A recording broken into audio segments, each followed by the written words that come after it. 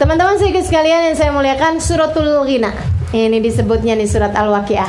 Saudaraku sekalian saya muliakan, bahkan Sayyidina Ibnu Mas'ud alaihi ridwanullah ketika meninggal dunia, dia itu memberikan seluruh hartanya sebelum meninggal gitu ya, jauh sebelum dia meninggal, dia sudah mendermakan seluruh harta yang dia punya untuk umat Islam.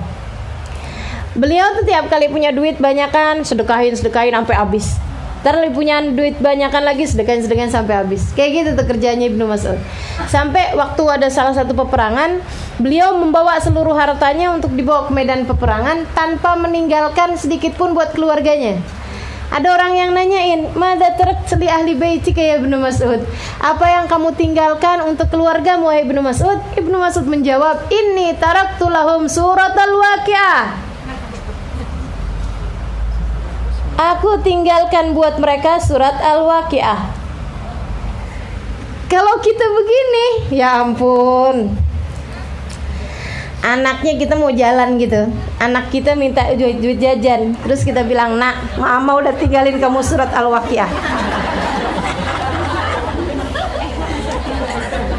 Dimarahin kita sama anak kita ya. La ilaha illallah. "Bu, minta duit belanja, Bu. Udah ada tuh surat Waqiah." La ilaha illallah. Nah ini teman-teman saya sekalian saya muliakan, kenapa kok kayak begitu? Karena kita bukan Ibnu Mas'ud.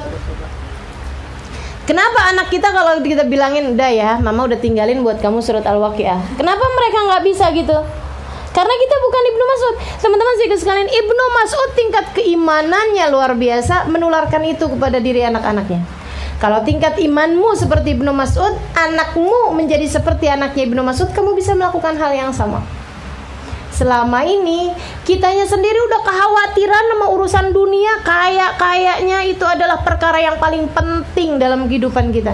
Bukan begitu?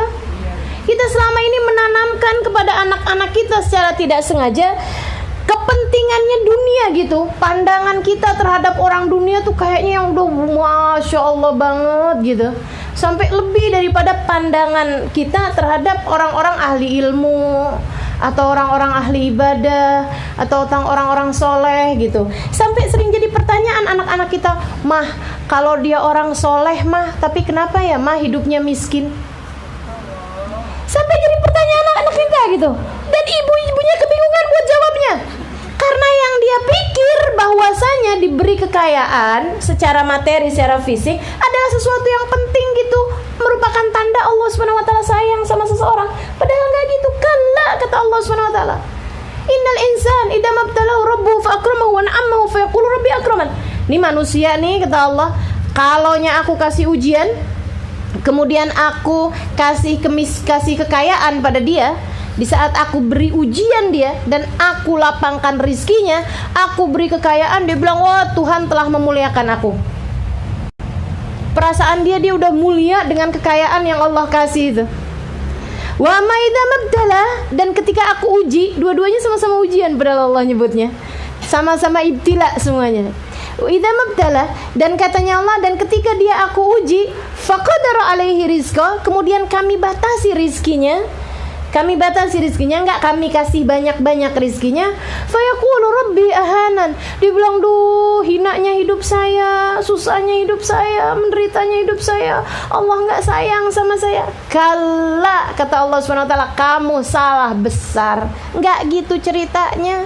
Dua-duanya sama-sama ujian, dua-duanya sama-sama cobaan yang Allah SWT berikan. Maka teman-teman saudaraku sekalian yang saya muliakan, kaya miskin bukan pertanda orang dicinta sama Allah Subhanahu wa taala. Hati-hati terhadap pikiranmu.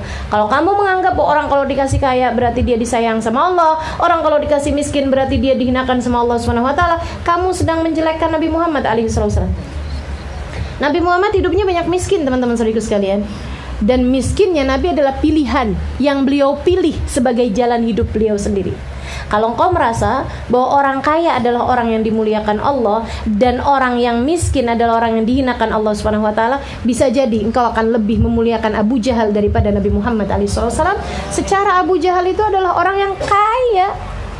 Abu Lahab kaya. Umayyah bin Khalaf kaya. Teman-teman sekalian, ada banyak orang-orang yang kaya-kaya di zamannya Nabi Muhammad SAW, di saat yang Allah SWT jadikan Nabi Muhammad adalah orang yang miskin-miskin saja.